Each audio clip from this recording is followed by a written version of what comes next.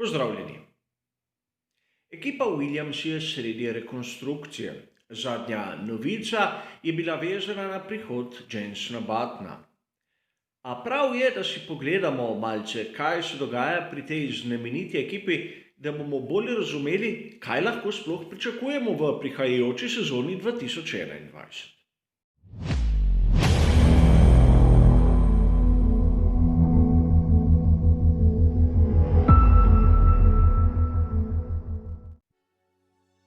V 80. in 90. letih prejšnjega stoletja je bila ekipa Williams ena izmed tehnološko najbolj naprednih.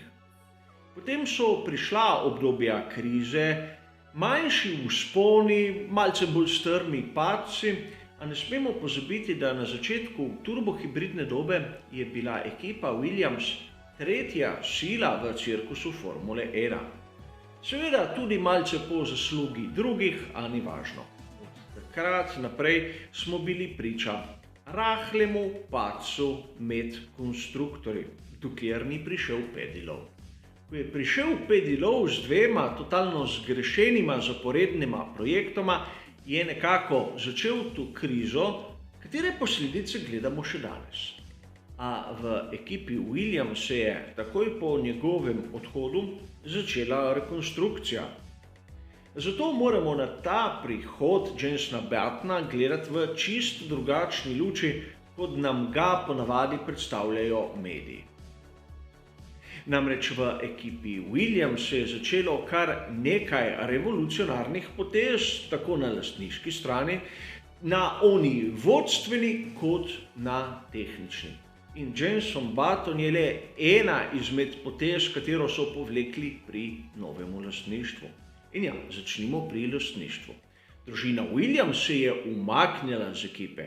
Prišel je Darlington Capital, kar ni nič novega v svetu Formule 1, če samo pogledamo tisto ekipo Sauber, pomišljaj Alfa Romeo Racing, katera kljub temu, da jo nadzira finančni sklad, po mojem osebnem mnenju dokaj dobro živi v Formuli 1. In najprej se bomo lotili tiste vodstvene strukture, kjer so potrdili Simona Robertsa, se pravi tisto začasno rešitev, kateri je skrbel za dnevno delovanje ekipe. In to mislim, da je tudi pravilna odločitev, kajti pokazal se je kot izjemno uspešnega. A verjetno marsikdo izmed vas je opazil v člankih tam decembra 2020, da so pri Williamsu najeli izjemno znano ime, Jost Capito. Znan je sicer bolj tistim navdušencem relija, namreč Capito je bil eden izmed glavnih vodilnih pri Fordu v prvem desetletju novega tisočletja in seveda pri Volkswagenu. A ima tudi izkušnje iz Formule 1, čeprav so te malce kontroverzne. Namreč leta 1996 je bil vključen v vodstvo ekipe Sauber, kjer pravzaprav nisem zasledil, kaj naj bi tam v resnici počel, a bolj zanimiva je njegova avantura pri McLarenu. Namreč, ko se je končala tista era Volkswagena v reliju, je presledal k McLarenu, povabil ga je sam Ron Dennis. Prišel je septembra 2016, dobro se spomnim, kajti prva njegova uradna prisotnost je bila na veliki nagradi Italije. A težava je v tem, da je še pred koncem leta, torej decembra 2016, McLaren tudi zapustil. Zakaj se še danes mnogi sprašujejo, ampak teorije so, da ga je zbral Ron Dennis in ko je prišlo do tiste menjave in je prišel Zak Brown, je hotel imeti čist, nepopisan list papirja. Čeprav po drugi strani smo videli, da z Bouyejem je vztrajal še kar nekaj sezon. Ne vem, videli bomo, kako se bo Capito odrezal pri Williamsu in tu bi rad dodal še neko zanimivost. Od tiste pustolovščine, izjemno kratke, moram dodati pri McLarenu, do decembra 2020 nisem zasledil, da bi bil v kakršnikoli drugi funkciji, kjerkoli v svetu motošporta. Zato bo resno zanimivo videti, kako se bo odrezal. Znan je kot dober organizator in poznavalec, a 4-letna pavza, ne vem. In na tem mestu pri rekonstrukciji vodstvenega kadra ekipe Williams je treba tudi umestiti ta prihod Jensona Buttona nazaj k ekipi. Namreč Jenson Button je res debitiral v ekipi Williamsa, ni pustil kakšne globoke sledi pri tej ekipi. A razumeti moramo najprej njegovo svetovalno vlogo. Bo res imel kak vpliv? Namreč po mnogih virih sodeč se bo ukvarjal predvsem z razvojem voznikov, kar je izjemno širok pojem. In čeprav bi marsikdo izmed vas lahko trdil, da naprimer Nicolas Latifi bi rabil kako zunanjo pomoč, mislim, da marsikdo izmed vas bo rekel, da George Russell pa ne, posebej tisti, ki so ga že danes stavili direktno v tovarniško ekipo Mercedes. A pustimo sedaj to ob strani. Razumeti moramo nekaj drugega, koliko časa lahko Jenson Button posveti ekipi Williams. Namreč, če beremo razne vire, kateri se ukvarjajo z motošportom, bomo lahko sledili, da Jenson Button v sezoni 2021 bo imel svojo lastno ekipo v seriji DTM, poleg tega bo imel drugo ekipo v tisti novi seriji Extreme E, kjer bo tudi voznik.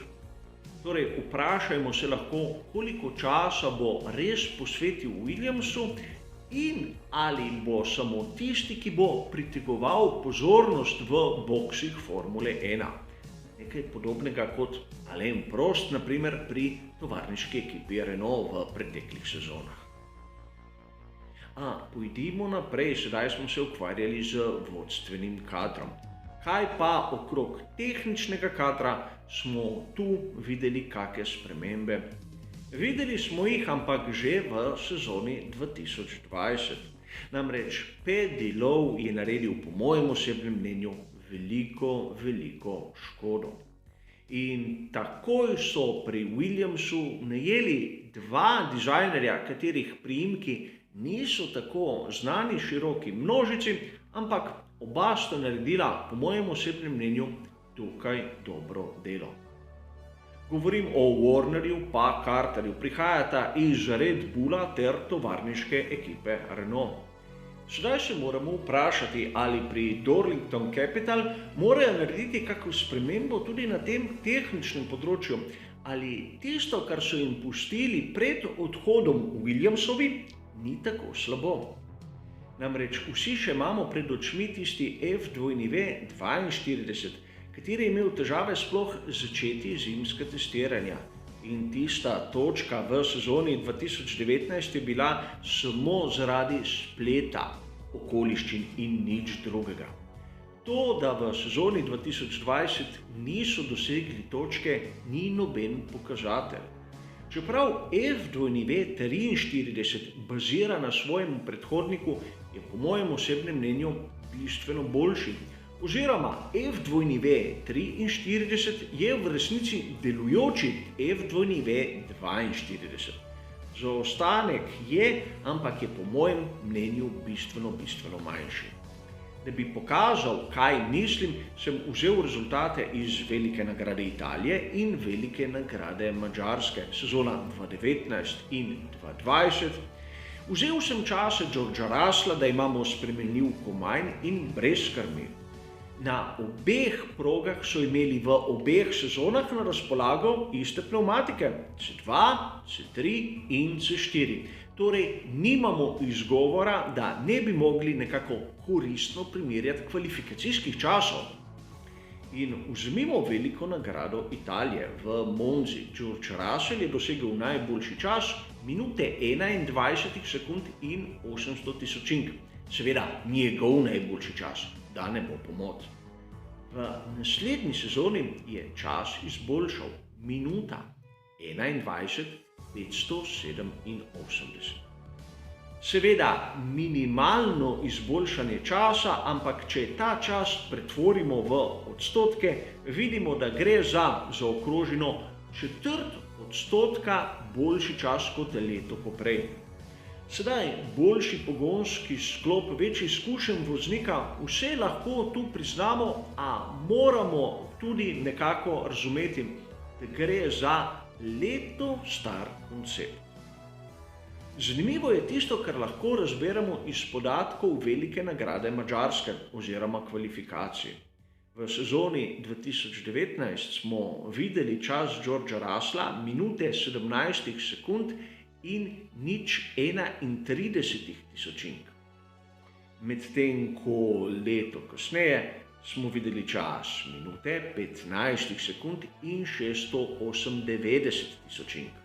Razlika med enim in drugim časom odstotek in 3/4. Ogromen napredek.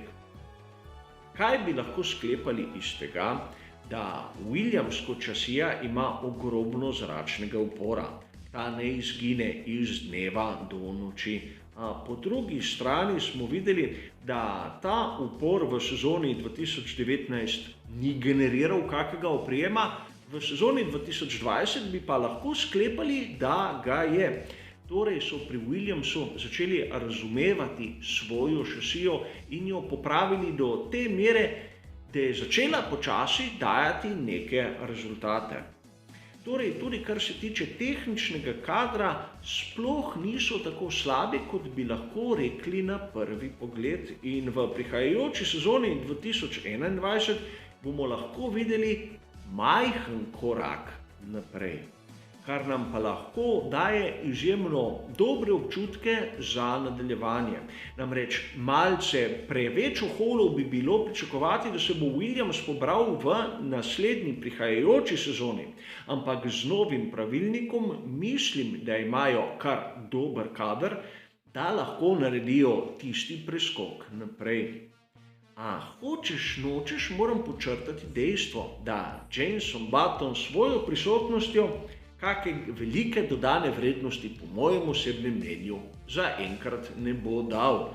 Je tam bolj zaradi pritegovanja pozornosti kot zaradi česa drugega. Kot ponavadi gre za moje osebno mnenje. Hvala za vašo pozornost ter nasvidenje.